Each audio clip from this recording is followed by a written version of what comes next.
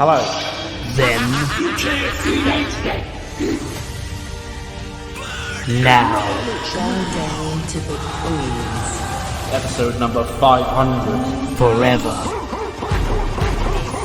Looks like hell froze over. Without any more further ado, Together.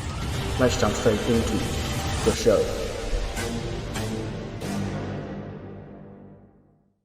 Hello.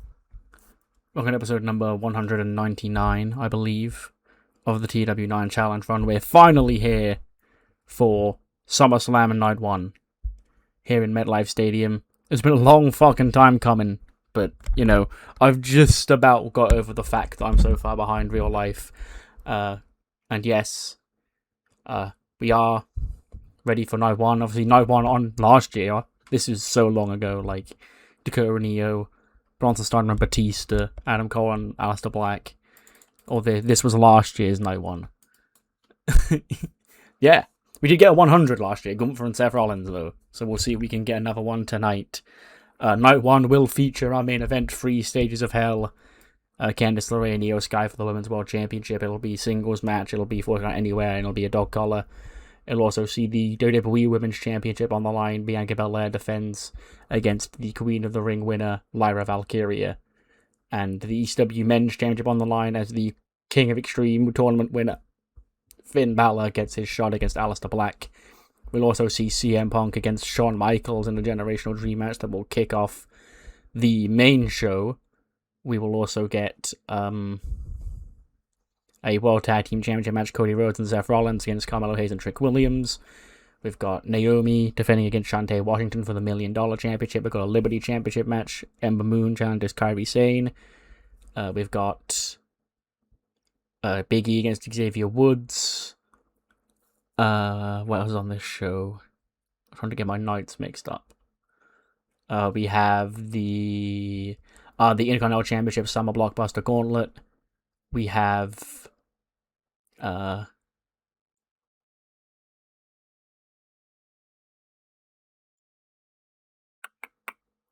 US title match, Oba Femi and Adam Cole. We have the custody of Dominic's Mysterio match, Rey Mysterio against Christian.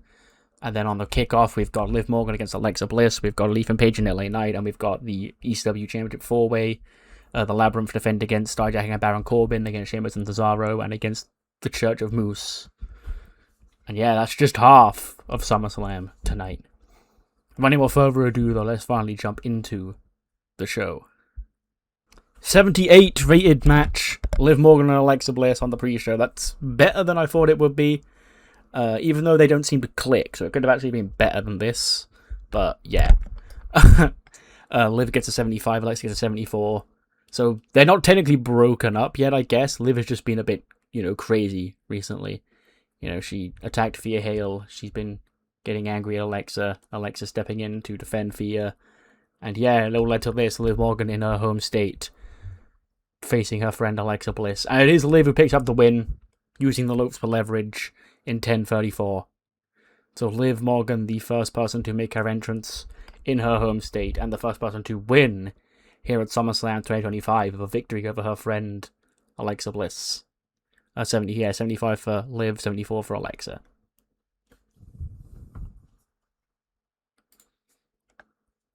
$74 rated tag team 4-way match. Cesaro damaged his neck. I hope that's not too bad. I think it's fine. I think it's something he should be able to work through. The Labyrinth retain the ECW tag team championships on this pre-show, pinning Baron Corbin with the Sacred Stones in 13:30 to make defense number 2 of the tag team championships. 73 for Drake Chambers, 89 for Nathan Kelly, 67 for Moose, 69 for Apollo Crews, 74 for Sheamus, 78 for Cesaro, 66 for Corbin, and 82 for Dijak. And yeah, 74, I think the injury to Cesaro sort of did lower that a little bit. But we'll take that, it's only a pre-show match anyway, so it's fine. But yes, and still ECW Tag Team Champions, it is the Labyrinth. Then our final pre-show match gets an 85 on the pre-show, an 85 rated pre-show match. LA Knight and Ethan Page goes 13-21, and it is LA Knight who picks up the win. He plants all ego down with the BFT to pick up the win. 89 for LA Knight, 77 for Ethan Page. So yeah, nice little match. And that does end the pre-show. As we move on to the main card, SummerSlam hype video. All of our top matches here tonight. The tag title match, I forgot to put the ECW guys on there. The WWE Women's Tag Team, the WWE Women's Championship match, and the Women's Championship match in the main event. And of course, we kick things off with a match we never thought we'd see. CM Punk, Shawn Michaels. Started all the way back at the Raw after WrestleMania when Shawn came out and he took the Nexus under his wing. Sort of kicking Punk out. This back when they were the Antidote. And Punk sort of took in... Shawn sort of took in the Antidote and renamed them the Nexus. His NXT kids are going to take over. Punk came back, and it's all led us here to tonight. A match we never thought we'd see, never before, never again. CM Punk, Shawn Michaels, 1-on-1 to kick off SummerSlam. Gets a 95. Okay, I didn't know how Shawn was going to do, but I'll take a 95. He scores a 70. Okay, because he is quite over. His stats are kind of wishy. I had to go into the actual Access database and make him be able to wrestle, but it's fine. I only need him for this one match. He's never going to wrestle again after this. I may just need something for Punk to do at SummerSlam. And he does pick up the win, apparently with a crooked moonsault. Why does he have that in his moveset? He doesn't. He puts it down with the GTS in 16-12. 95 for Punk, 70 for Shawn. And yeah, CM Punk wins this. I'm surprised he didn't get dinged by stamina either, because I guess maybe his stamina stopped declining because he's, old and wasn't an active wrestler. I guess maybe only active wrestlers' stamina start going down. But yeah. Anyway, it doesn't matter. We only need him for this one match, and he didn't embarrass himself out there, so we'll take those. After the match, Punk is celebrating. He's taking in his win with the crowd. And Shawn gets to his feet, and, he's looking frustrated behind him. Punk, I imagine Punk is wearing pink and black Bret Hart-inspired trunks for this match. Just as a nice little detail. And he sort of looks back across at Shawn in the ring. Shawn just sort of on the other side of the ring just gives him a nod of respect. And he slides out of the ring and he lets Punk, celebrate the match. But as he walks up the ramp, he sort of keeps looking back at Punk, looking around at the crowd, and just taking it all in. Almost like he knows something we don't. But yeah, CM Punk picking up the win to kick off SummerSlam Night 1. There is that segment. I just forgot to click next segment. Yeah. Next matchup, Shantae Washington, Naomi. This is a personal match for this Women's Liberty Championship. Oh no, $1 million championship, because Shantae was supposed to get the shot at WrestleMania. But she wasn't, because she was attacked backstage on the pre-show prior to the match, which led to her tag team partner and friend, Naomi, subbing in on her behalf and coming up short against Kathy Cool. Obviously, it was later revealed that Naomi had paid off Nene Yarazawa of Next Gen to attack Shantae, just as he did with the rest of the Next Gen girls. And, after a long, tumultuous journey of Naomi and Shantae and Kathy all fighting for this championship, Shantae beat Kathy Cool in the world's friendliest steel cage match 2 weeks ago, broke her leg in it, so we won't see her for a while. But it did all leave us one-on-one. No more outside forces, no excuses, because, Nene's already told Naomi, don't pay me off for this. You're on your own here tonight. And who will walk out with the $1 million championship around their waist? 86. I'll take that. That's definitely a good rating for this. It's a street fight. Anything goes. And Naomi is very vicious. She brings, she doesn't have the Money in the Bank briefcase in this world, but, when she did in real life, she had, tasers and razor blades and shit in her briefcase. So she does grab, a toolbox with all that stuff in it. And, teases using it. Obviously, we're not going to use a taser. But, yeah, other than that. She does pull it out and, start zapping it in the air and tease that she's going to use it before she gets it knocked off or whatever. And in the end, Naomi, she cracks Shantae, on the back of his kendo stick, keeps whacking kendo sticks on her back. And, Shantae gets laid out on a table in the ring. Naomi, she goes up top, she goes to hit that split-legged moonsault through the table onto Shantae, but, as she, jumps up and, bounces off the top, Shantae springs into life, and she slides underneath Naomi like grabs her in position for that power bomb as Naomi's like spread out for the moonsault, and she powers up to the top. Naomi's trying to fight through. She can't quite get away, and Shantae powers all the way up to the top. She hits a big power bomb off the top rope through the table. 1, 2, 3, and we have a new $1 million champion. Shantae finally gets her championship. She finally gets her big championship match on a big 4 pay-per-view and is the new champion. 72 for Shantae, 87 for Naomi. Naomi has really, grown with this run, and this isn't the end of her by any stretch. I know exactly where she's going straight after this, so it's fine. Like, she's not going to fall off or anything. I have her involved in something quite important. But yes, the story is over. Shantae finishes her story here tonight and is the new $1 million champion. Long time coming, In a way, I consider Willow, Stat, and Jamie as like AEW's equivalent of the NX3 in real life, the Rhea, Io, Bianca. So it was always funny me seeing where the other two were and where I had Willow the whole time. So it's nice to see her finally get elevated. Although technically Nova's not on this pay-per-view, so guess she's got one over on her in that regard. But yes, new $1 million champion crowned here tonight. We then get into our next match. I forgot to put a hype video package for this. Adam Cole, Noble Femi. Simple story. Adam Cole, obviously with the Undisputed Era, they came up to Raw years ago to shock the system as the original, like, black and gold, basically, iteration of the Nexus. They didn't really succeed. I mean, Cole did become ECW champion a while later, but that was with the Paragon, not with the UE. And then Obafemi, of course, the embodiment of NXT 2.0, everything that the new NXT is all about, which came about because of the failures of the black and gold guys like Adam Cole. And Obafemi sort of proving that all right here tonight, because he does pick up the win to retain the United States Championship. Defense number 8 of that belt. Oba gets an 81 and 87 for Adam Cole. And the ruler puts down Adam Cole, baby, here tonight at SummerSlam. And still the United States Champion. And then get this video package. The New Day. Ever since WrestleMania, New Day lost to the Death Triangle in a 6-man tag. And leading into that match, Neville was like trying to get in the head of Xavier Woods to be like, hey, is this how you really want to? Because Woods had lost the World Heavyweight Championship at Saturday Night's Main Event in December 2024. That led us all the way to WrestleMania, where him and the rest of the New Day lost to the Death Triangle. And ever since WrestleMania, Woods has been different. Woods has been trying to get a new side out of the New Day, like trying to turn Kofi and Big E to say, fuck what we were doing. It was getting old, it wasn't getting us anywhere, we sort of reached our ceiling as that version of the New Day. Let's be different, let's be mean. Kofi has been reluctant to go along with it. Big E has outright refused to go along with it because Big E's career is winding down. He knows his neck is starting to get to him.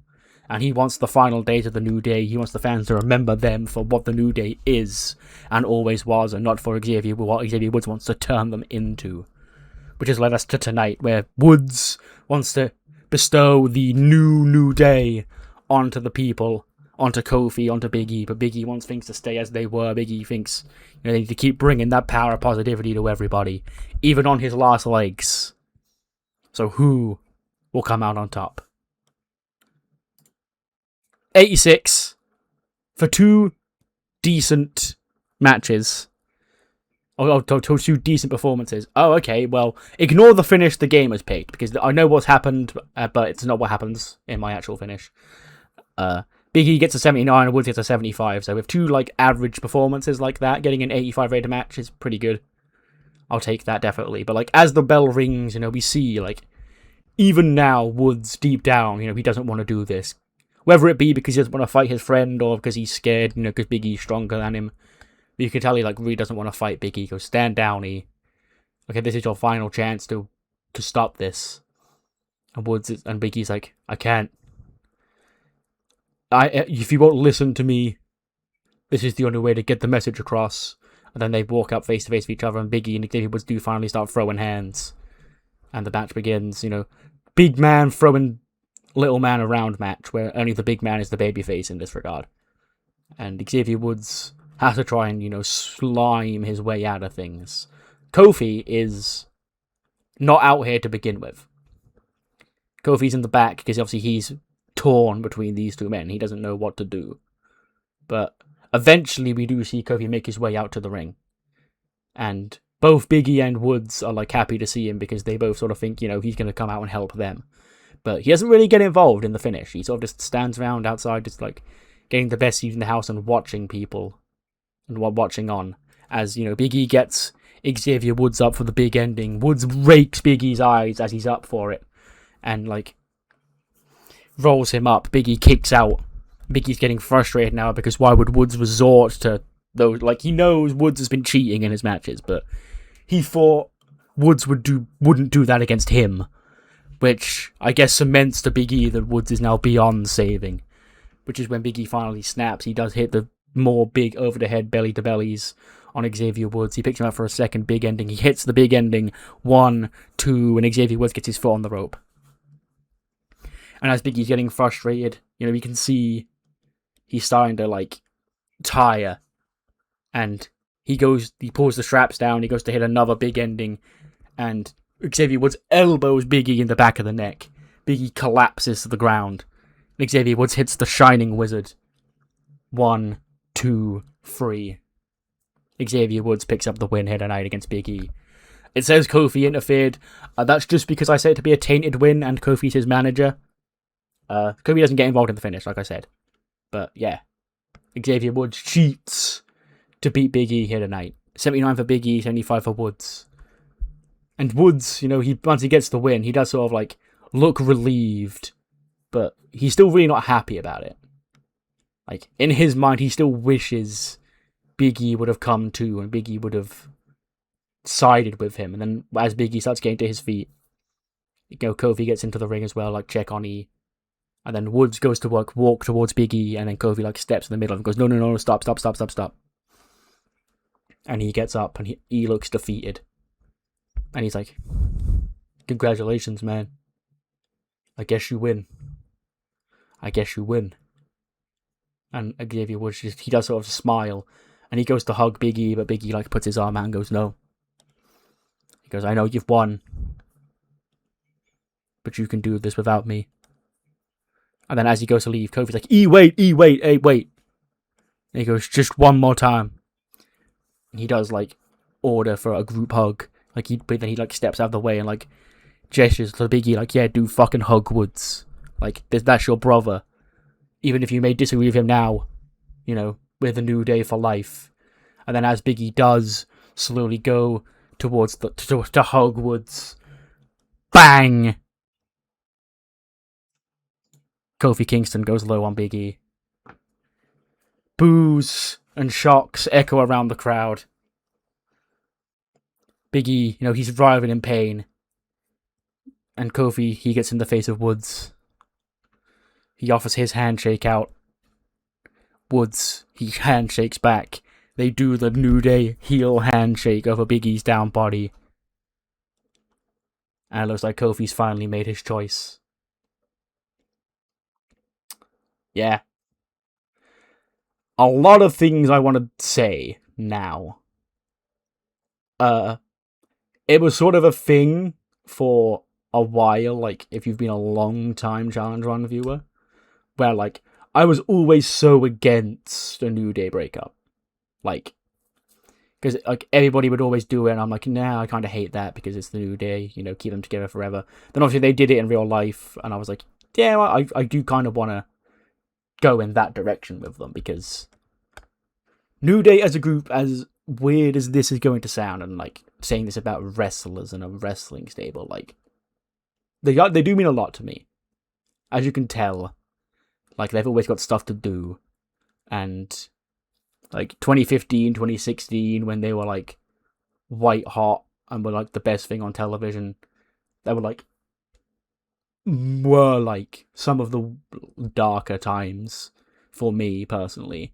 And, having any sort of, out was good, and it was them who did it. So, if I was going to do a New Day breakup, I needed to make sure I'd give it even if it's just a fictionalized TEW version, like the proper like build and dissension and shit that it needed.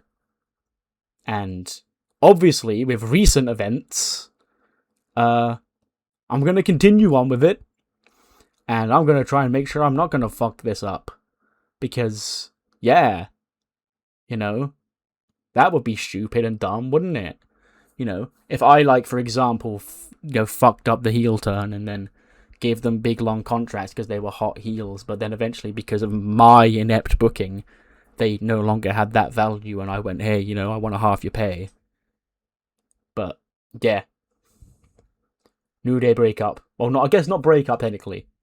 The Big E expulsion of the New Day, and also because I'm sort of like a sucker stickler for, like, I guess not really maintaining the timeline, because, like, fucking Okada is the Intercontinental Champion. But in terms of things like that, like, still having Big E, him not being retired, like, sort of was like, well, I should probably wind him down. The same with, like, John Cena's going, AJ's probably going, stuff like that. I'm, like, a real stickler for, like, trying to keep that as it is. So this felt like the right time to sort of pull the trigger.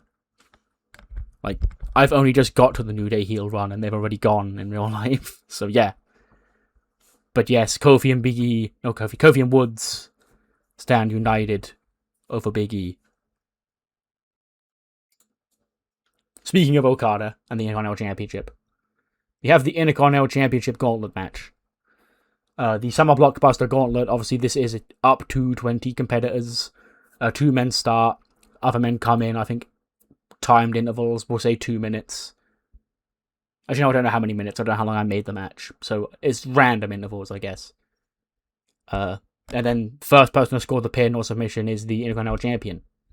And it is Kazuchika Okada and AJ Styles who start the match. AJ obviously won on SmackDown, giving him the right to come in second, which does mean he will be active. Like, we know, like, but I said, like, there's pros and cons to coming in first and later. And, like, I guess the biggest pro of coming in first is you're guaranteed to be in. Because, like, if you draw number 20, like, yeah, that's a really fucking good number, but the chances are the match is going to end before number 20 comes in. So, yeah. AJ and Okada start the match, but who will finish it? 87.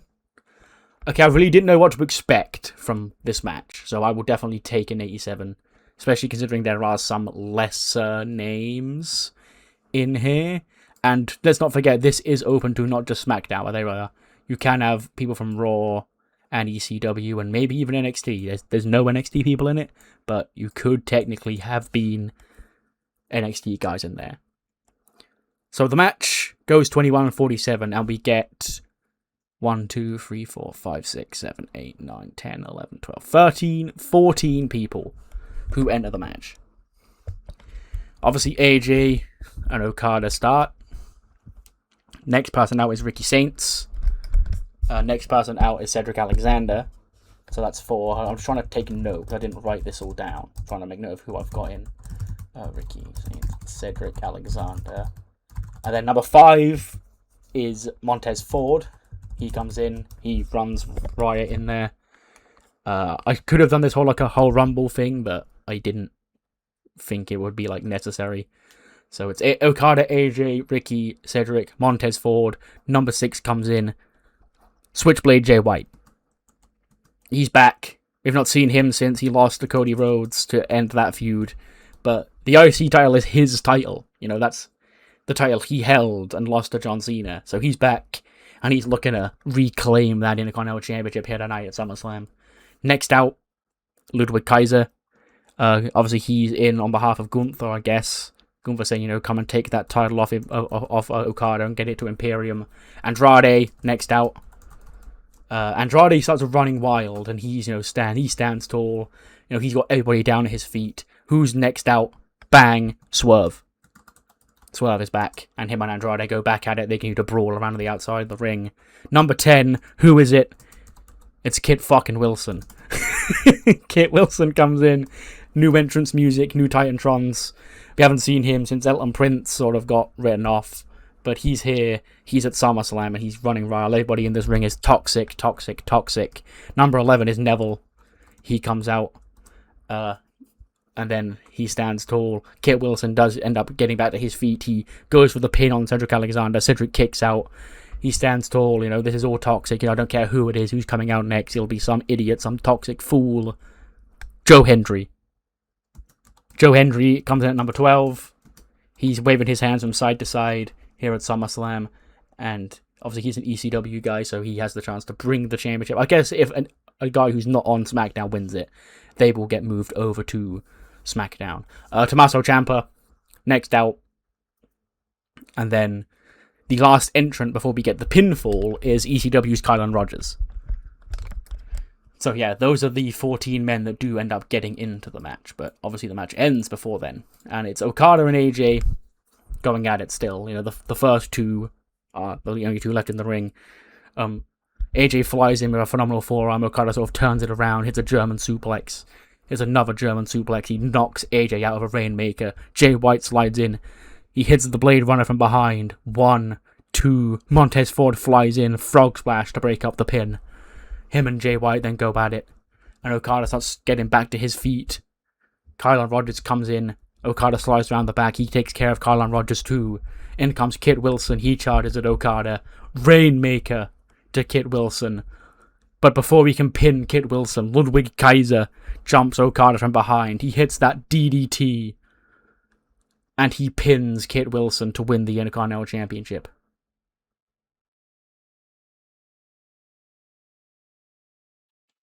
Yeah. I'm recording this on Thursday the 21st of May 2026. The day after I saw Ludwig Kaiser's mugshot all over my Twitter feed. And I obviously more like there obviously would have been more important issues if it had been something more serious, but my first thought was, please don't let this be something that's going to make me want to get rid of him, because he was factored in heavily into a lot of stuff I've got planned over the next few months. But it's fine, bro got into a fight in an elevator because he wanted to fuck someone. Okay, sure, go pop off, King, and you can be the Intercontinental Champion too. Yeah, but I did have a mini heart attack because I already booked this show and I was like, I don't want to have to change my plans this much on the fly. But yes, Ludwig Kaiser is Intercontinental Champion. He does bring the gold home to Imperium, to SmackDown, to take the championship from Okada. But yes, new Intercontinental Champion. His name, Ludwig Kaiser.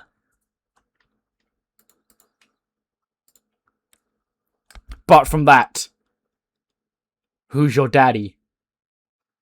20 years ago, a ladder match took place at this very event between Rey Mysterio and Eddie Guerrero, but the winner would earn the custody of Dominic.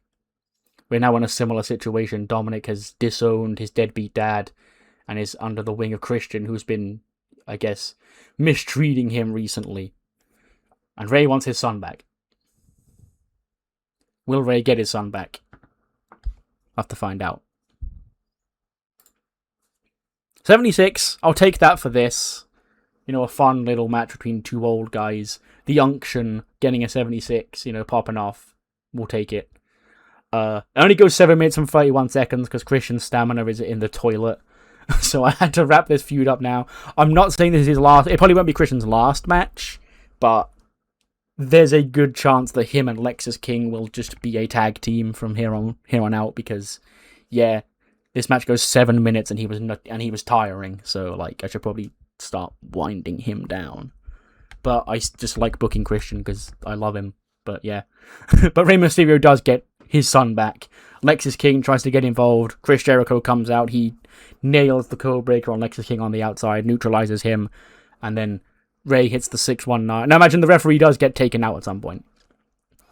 Because I want the finish to be Christian on the ropes, ready for the 619. And then Dominic's in the ring and Rey, he does the thing. He's the same thing he did at King of the Ring, where, Hunmin Son was in there as well. And Rey gestures to the ropes, for Rey to hit the 619. Lexus King's already down on the outside, and this time Dominic does hit the 619 to a big pop. And Rey hits the the Frog Splash, and wins his son back. 66 for Rey, 63 for Christian. Yeah, if the last year or so of Dominic Mysterio's booking in real life isn't enough of an indicator that it's probably time to turn him babyface by now, I don't know what is. But yeah, I'm not him and Rey obviously won't be a tag team again, but it's time, The whole booing Dominic thing was fun, but it's the people are definitely ready to cheer him now, I think. And yeah, why keep fighting it? Why keep staring upstream? This babyface turn. And him and Rey don't hug because he still doesn't really like Rey, but he wants to be free of Christian. So he hits the 619 and Rey wins, and Dominic sort of just nods his head on the outside and walks to the back. But he is free of Christian. And he is officially, legally, still the son of Rey Mysterio. High video, Liberty Championship match. This lore actually goes back before WrestleMania, because Ember Moon was part of the massacre that the Megasis did before WrestleMania, where she was like, I think it was Ember and Asuka that she took out before the match with Kyrie. A sort of like motivation for. I was going to say Ember was her Apollo Creed, but I think that was technically Asuka. But yes, no, it was Ember, because Asuka was. No, yeah, it was Ember. Okay, yeah, not that it matters, but yeah, because Asuka was she faced Utami at the Rumble. Yeah. And then that was where Rascalz got written off. So yeah, so it was Ember Moon who died at the hands of the Megasis for Kyrie. And then coming back, obviously Candice got on her head and was like, hey bitch, Kyrie sort of abandoned you and took the championship after you almost died for her. And then she teamed with Candice at K-Pop Demon Hunters Presents Evolution. Candice took the pin in that match, and that was enough for Ember Moon to say, hey, fuck you. You're a liability. I want to do this by myself, and when it's just me and Kyrie, I'm gonna win. 90 rated match. We take those. They both score 87s. They beat the fuck out of each other. I think I did say this as a wild brawl, because Kyrie's Puro stat is high, and I think brawling counts Puro in it as well. But yes, in 12 minutes and 33 seconds, we do have a new Women's Liberty Champion. And her name is Ember Moon, with the Eclipse. 87 for Ember, 87 for Kyrie. I needed to give her this. I've known she was doing this since before. Like, when I took her out of WrestleMania, like, back then, I knew that, hey, the payoff needs to be her beating Kyrie for the belt at SummerSlam.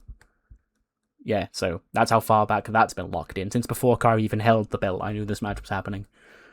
But yes, Ember Moon, after a kind of a quiet year back, she came back at Evolution last year, so it's been just over a year now. She finally has gold to show for it. Ember Moon is the new Women's Liberty Champion. Video package for, I guess, one promo segment and the King of Extreme tournament. But that one promo segment was enough to sort of drum home the entire premise of this match. Finn Balor has been relying on the demon a lot recently.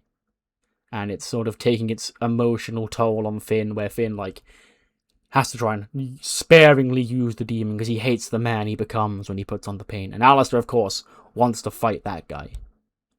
But Finn refuses to bring the demon out, and Finn Balor will go face-to-face with Aleister Black tonight as the man, Finn Balor. And we'll have to see if the man, Finn Balor, is good enough to knock down Aleister Black, the ECW World Champion. 83. Finn, you're making this really hard for me, brother. The King of Extreme tournament final was a kind of underwhelming. And now, I guess 83 is not terrible. They both did score 81s. But in terms of Big Four quality for a World Championship match, we need to be hitting better than that. But Finn Balor, the man, is not enough. He comes up short with a black mass in 1745 to make defense number 2 of the ECW Championship for Aleister Black. They both scored 81s. And yeah, after the match though, Aleister, he takes the title, he has the title over his shoulder, and he looks down at Finn. like as Finn starts to stir, and he takes a seat next to Finn Balor, and he like sits next to his head, and he goes, "Close. You were close tonight. Maybe you'd have done it, got the job done, if you let me see the most dangerous side of you." And then Alistair, he like goes to leave, and before he stops, he turns back around. He drops Finn Balor with another black mass, and he like continues to attack Finn on the floor, like telling him to like bring the demon out, bring the demon out. That's when Brody King storms out from the back. The crowd's barking along with Brody, going hoo hoo hoo hoo, as he goes face to face with Alistair Black, and Alistair like smart chuckles on Brody's face and goes, "Leave. This doesn't concern you, Brody." And Brody King, of course, wants to get his hands on his former mentor, Alistair Black. They start getting nose to nose, face to face with each other.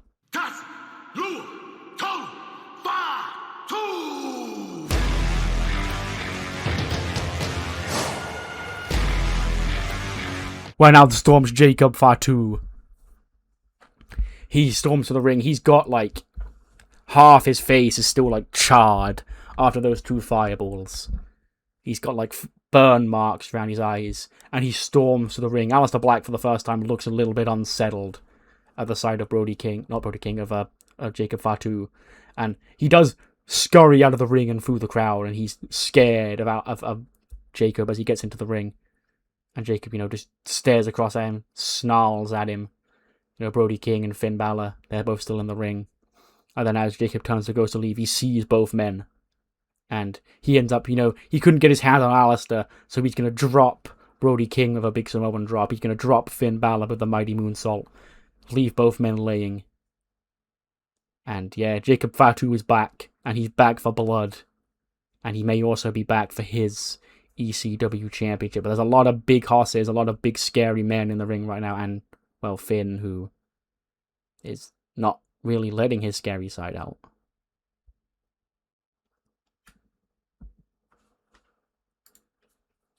Hype video, World Tag Team Championship. Carmelo Hayes and Trick Williams of the Nexus won the titles from Fraxium. Now they defend those belts against the 2 top guys, the faces that run the place, Cody Rhodes and Seth freaking Rollins. So obviously they've got their own tumultuous relationship. But is it enough? Damian Priest has sort of served as the peacemaker between these two, as a sort of messenger over the last couple of weeks, trying to get them back on the same page.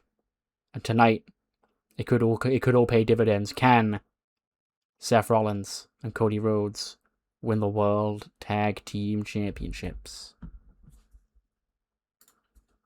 99 rated match.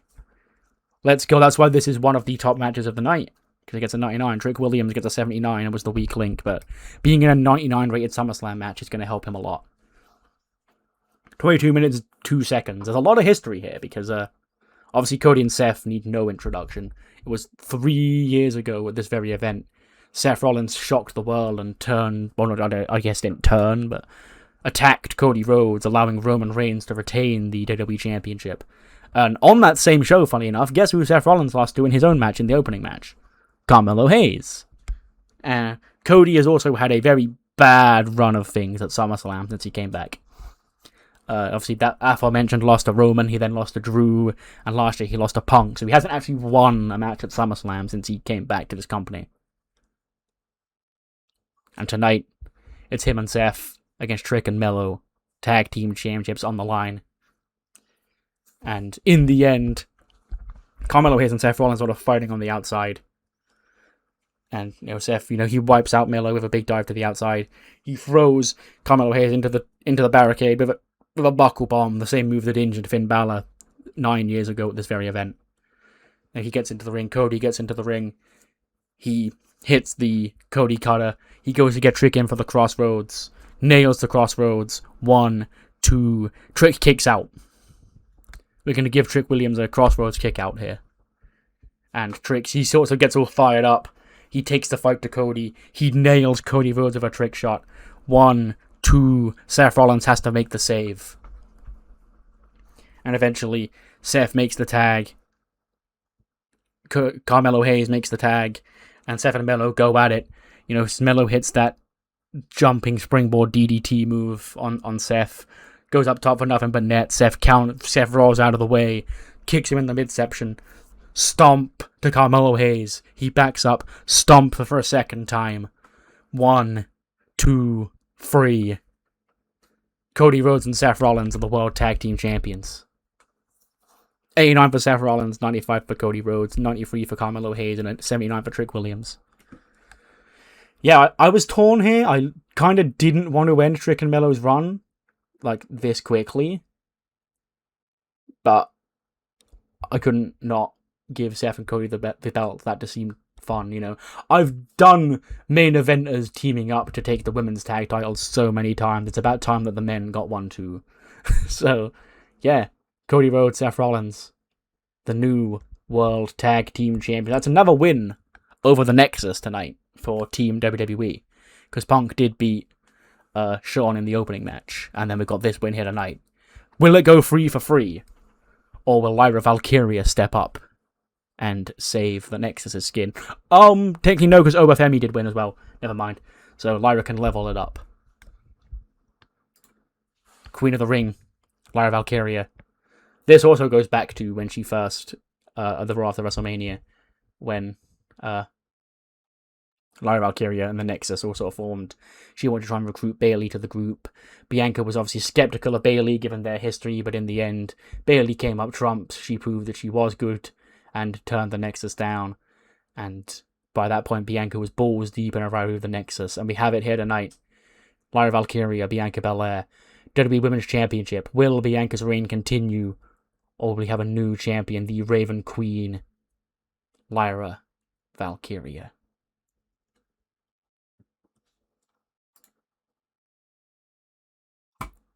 Well, what the fuck happened here? Oh, Lyra broke her fingers, and we had a fucking... Welp!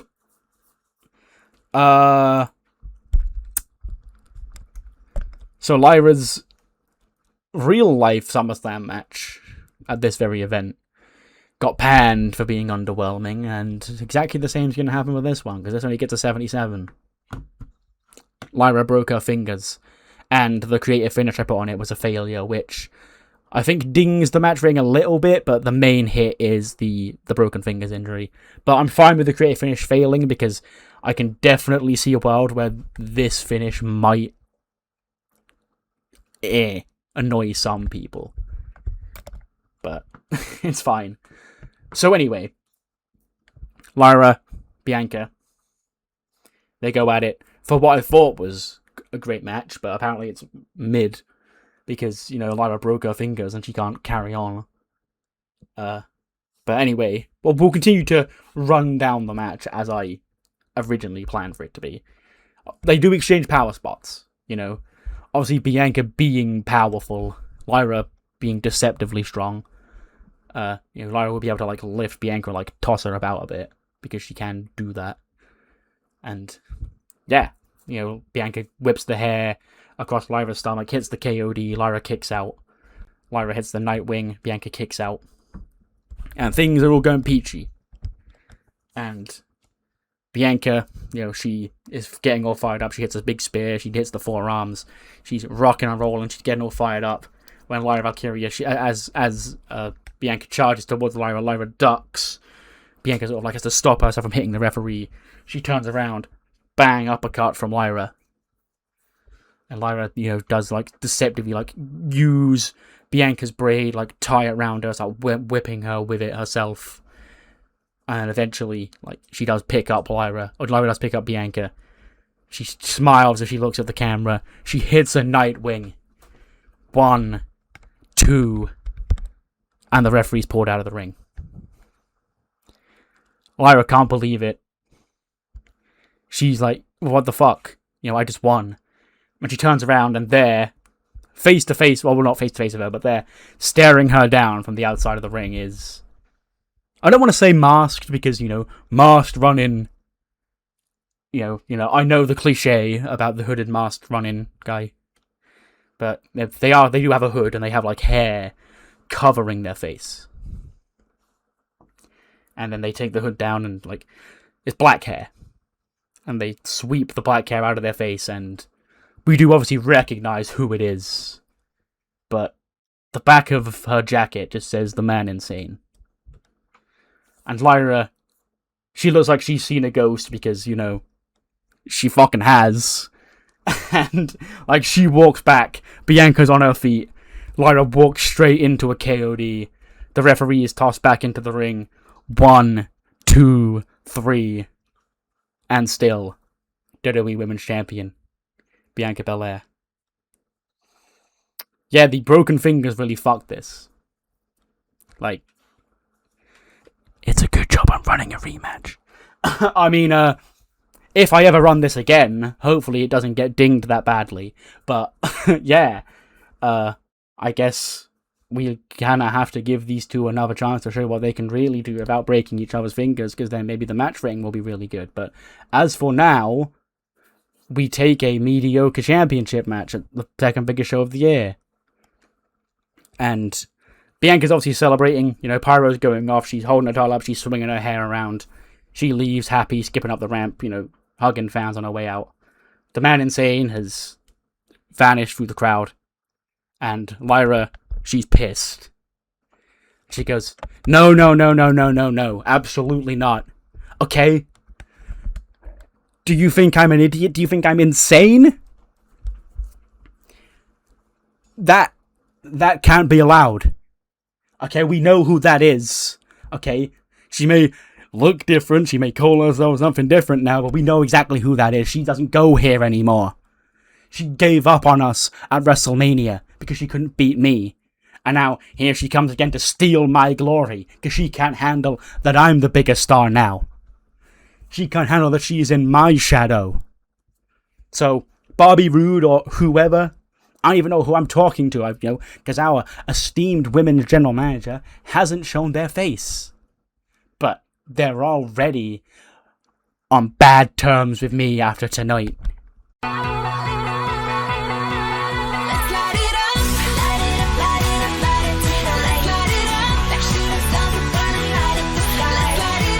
Out comes AJ.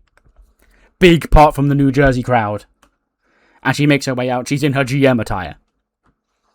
And Lyra goes, well, look who it is. It's another washed up former great who's looking to try and make her name off the back of Lyra Valkyria this SummerSlam. And AJ goes, Lyra, I'm not here to fight. I'm done with that. After the Nexus, that was all. It was all for me. Okay, I can't be bothered to keep trying to win this fight against women who are greater than I am, who have lapped me in such a short time. But when it came to this company and how I can still contribute, I knew just the role. It's a role that I was great at 13 years ago. So I thought, what better place than my great state of New Jersey, Big Pop, to announce AJ Lee as Raw's newest women's general manager. And Lyra goes, that's great. That's great. But the first thing you can do is give me a rematch with Bianca for that championship. And AJ goes, ooh, actually, I'm not going to do that. At least not right now. You have to earn your rematch. Because Raw has Clash in Paris in a couple of weeks. And my goal is to stack that card up on the women's side. And since you lost tonight, and you're not the women's champion, I can officially give you a match at Clash in Paris against her. And Lyra goes, her. Okay, Becky. You're going to reward her for what she just did to one of your women's championship matches at the biggest show of the year, second biggest show of the year. And she goes, what I want to do is give you a chance to wipe your slate clean and prove that you can get back to the top. And Lyra just groans and goes, fine. Just because you're still bitter at the way we ended your career, I'll let you off just this one time. I'll beat the man insane in Paris. But after that, I'm coming back to take what's mine. No more distractions, no more interference. I will be WWE Women's Champion. She shoulder checks AJ as she walks out. And AJ like raises her eyebrows like, huh, okay. Day one, already people are pissed at me. But yes, AJ Lee unveiling herself as the Raw Women's General Manager in front of her people here in MetLife Stadium in New Jersey. With the first match announcement for Clash in Paris. Lyra Valkyria will face the Man Insane.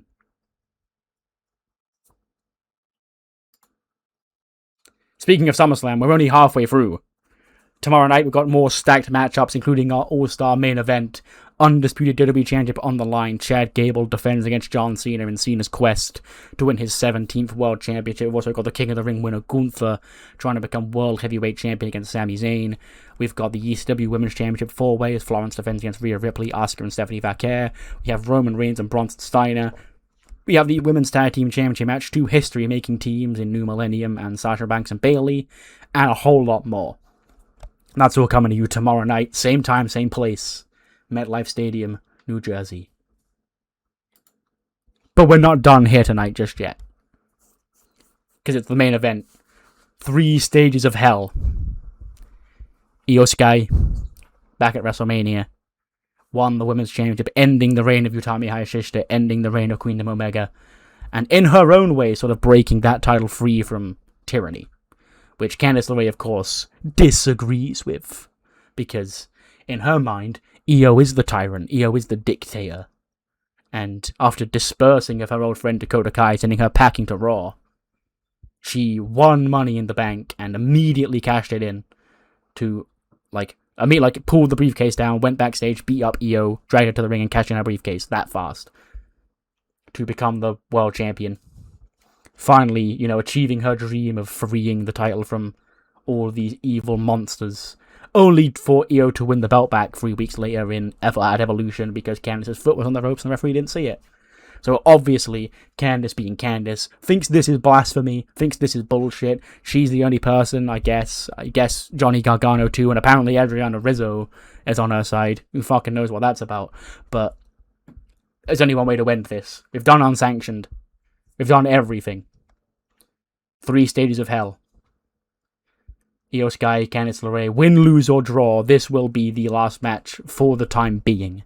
I'm not going to say ever, obviously, because there is still a rather important match that I haven't officially run.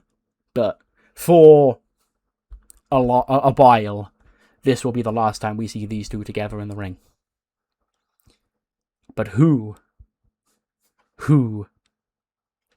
takes it home? 98. I knew this wasn't going to get 100, and I will explain why. Because 3 stages of hell matches in this game, don't particularly exist. So, it's just a 2 out of 3 falls match, reskinned. And because of that, the match went 37 minutes. And I knew that they weren't going to have the psychology to keep it up, even though I scripted it. But I'll take a 98 for it, that's fine. First stage is a regular match. IYO and Candice, they do their thing. They have an IYO and Candice match, but, obviously more aggressive. And Candice is, she starts to panic, 10 or so minutes in. Because she realizes, oh fuck, I've got 2 more of these, and, I've got to win this one, ideally. If I don't win this one, then I've got to beat her 40 Count Anywhere and in the dog collar. So she does eventually start trying to bring weapons and sort of baiting IYO into getting DQ'd. It doesn't work, obviously, but yeah. But she does try and get IYO to hit her with the chair because that will DQ her in this stage.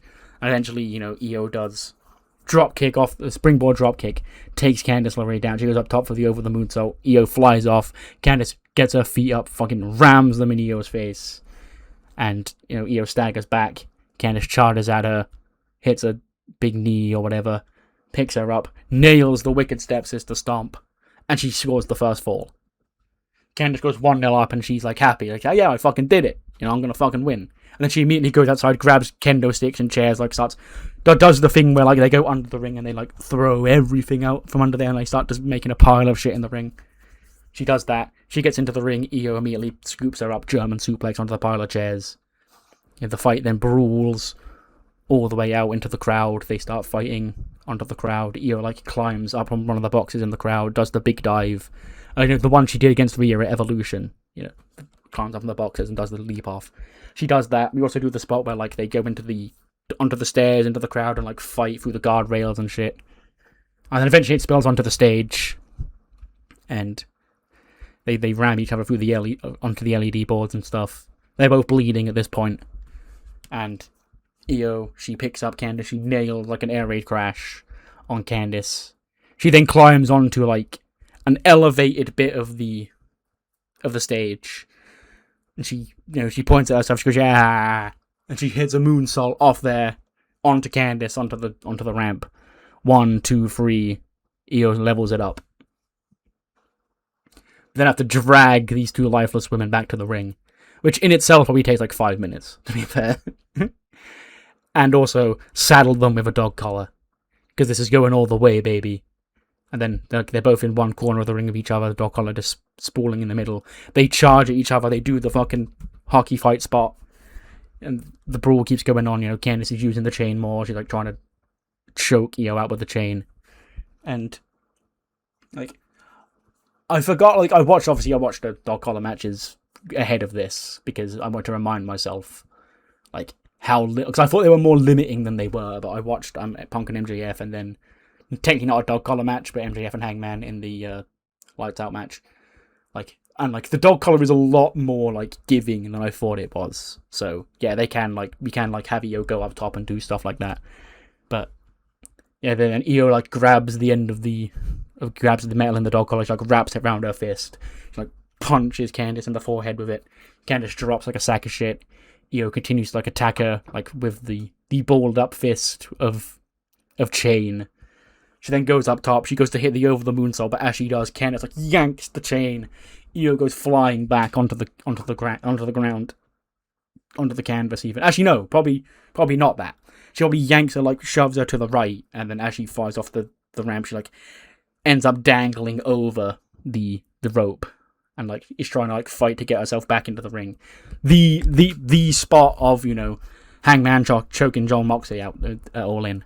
That she's in that position, and she's kicking her legs, trying to fight back up. And Candice sees that. She sees she's vulnerable. She grabs her from behind, pulls her back into the ring, grabs her in position for the Gargano escape. Io's trying to fight out, and then as Candice spots Io trying to fight out, she starts stomping on her hand, and then grabs more of the chain, continues to wrap the chain around Io's face, yanks it back, blood's gushing out, and then the referee has to step in. He checks on Io, and she's out, and the match is called.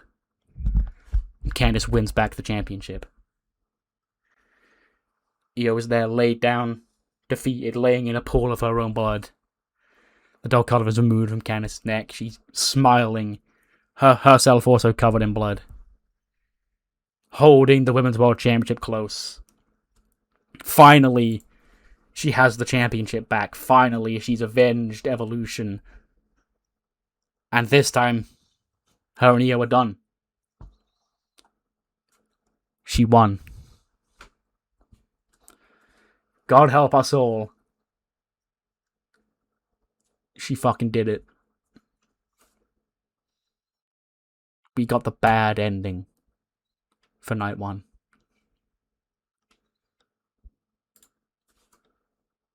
$100 rated show. Yeah, sure, we'll take that. This fucking injury in this title match is pissing me off, but it's fine. We live and we learn. Shit happens. What matters more you thought of the show? Do let me know in the comments below, and I'll see you in a moment for our media scrum, where they probably ask us the same question about 5 times. Okay, so Lyra's 7 days can be worked through. Okay, so it was fucking pointless. So I swear I've had this rant before, but the game should know. Obviously, if someone broke their neck in a match, I'd understand, or any sort of injury that would keep them out of action for any given period of time. But 7 days can be worked through. Did you really need to fucking tank the match because of that? Also, I understand the irony of it being Bianca and it being broken fingers. But Luckily, Lyra's only out for 7 days, not a whole fucking year. So, media scrum time. And their first question is about Ludwig Kaiser and his Intercontinental Championship victory. Does it mean you'll be getting stronger behind him strongly over the coming weeks and months? I have a lot of faith in him. I'll say that, definitely. Given the spot that he's going to be in, I have a lot of faith in him to pull it off. Shantae deserves the opportunity. I'm not concerned at all. Kurt Angle and CM Punk don't really like each other. You plan to address this? I'm going to sit him down, sure. Ricky Saints had issues with the way you'd booked him in the match tonight, but that you brushed aside his complaints and forced him to do it anyway. Yeah, he wasn't happy the Ludwig one, and it's fine because he didn't eat the fucking pin. Kit Wilson ate the pin. So, like, every show needs winners and losers, brother. Come on. That's it, okay. Very uneventful media scrum, but we're back to do this all over again tomorrow night. SummerSlam Night 2. Will John Cena become the Never Seen 17? Find out then. And I'll see you then.